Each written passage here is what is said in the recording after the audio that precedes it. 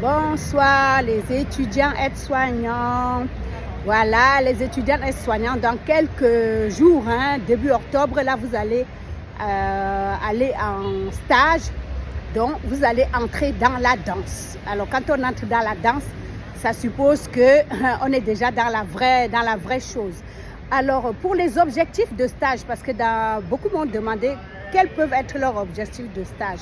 Dans les objectifs de stage, il y a 4 points qu'il faudra vraiment mettre. Le premier point, c'est l'observation. Vous allez observer la personne qui vous encadre, l'aide-soignante qui vous encadre. Vous allez observer quelles sont ses missions auprès du patient. Qu'est-ce que l'aide-soignante a fait toute la journée auprès du patient. Ça peut être un stage en 12 heures, comme ça peut être un stage en 7 heures. Donc, vous observez, vous notez absolument tout. N'allez pas noter le comportement manipulateur de l'aide-soignante, c'est-à-dire vous notez ce qu'elle fait auprès du patient.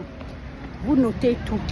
Ensuite, après avoir noté, vous allez pouvoir commencer à travailler, à suivre cette aide-soignante-là, à développer vos compétences en matière d'hygiène et de prise en charge du patient. Ensuite, la troisième compétence, ça va être la communication.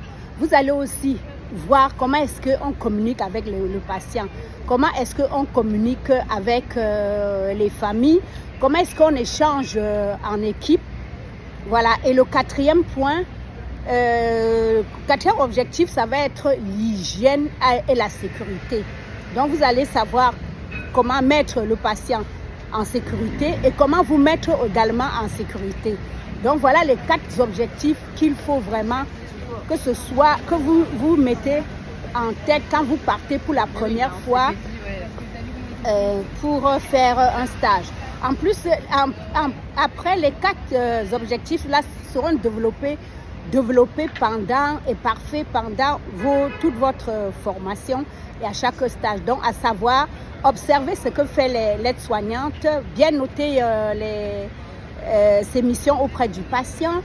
Ensuite, mettre en œuvre les soins de nursing que vous avez observé l'aide-soignante faire.